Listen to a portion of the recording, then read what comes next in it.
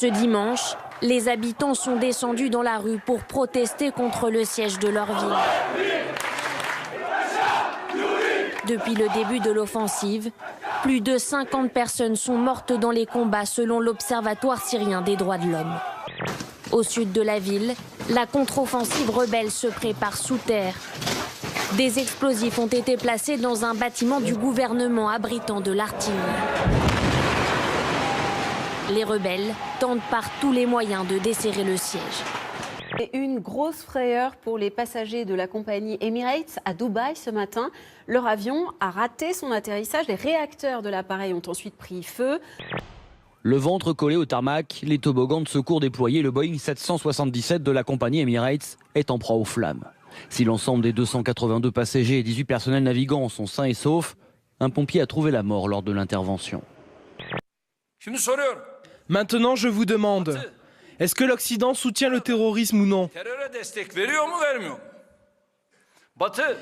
Est-ce que l'Occident prend parti pour la démocratie ou pour les coups d'État ou le terrorisme? Malheureusement, l'Occident soutient le terrorisme et prend parti pour les coups d'État.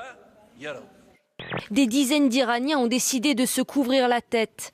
Un acte de solidarité avec les femmes de leur pays qui sont obligées de porter le voile depuis la révolution islamique de 1979.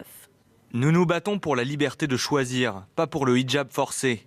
Le chanteur Michael Jones devait se produire lors d'un festival annulé à Berck-sur-Mer. Pour lui, ces annulations sont lamentables et font gagner Daesh.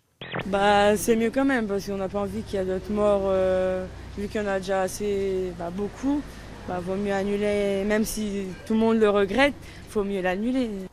À première vue, c'est une supérette de gare comme il en existe partout en France. Pourtant, celle-ci a quelque chose de plus. Elle vend des cigarettes, une première dans l'Hexagone.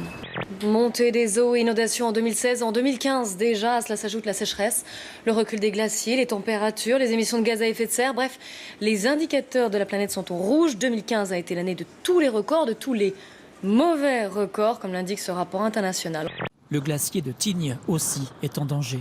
Pendant les JO de 92, des skieurs de fond s'affrontaient ici. En 2015, le manteau neigeux a perdu 24 mètres. Le recul amorcé au début du XXe siècle s'amplifie. La canicule de 2015 n'a rien arrangé. À moyen terme, les risques écologiques sont réels.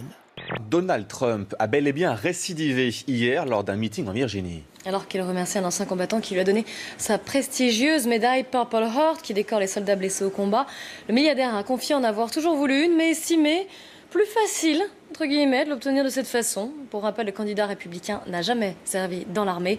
Trop c'est trop pour Barack Obama.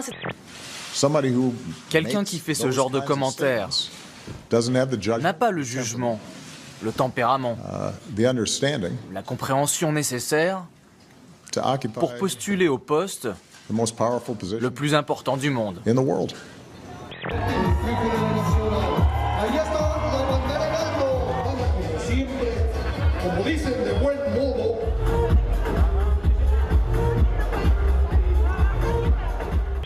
On a la dune devant nous, juste devant nous. On a le banc d'Arguin. Au fond, on voit bien le Cap Ferré. Et comme on est assez haut, là-bas, un peu plus loin, on arrive à voir le bassin d'Arcachon.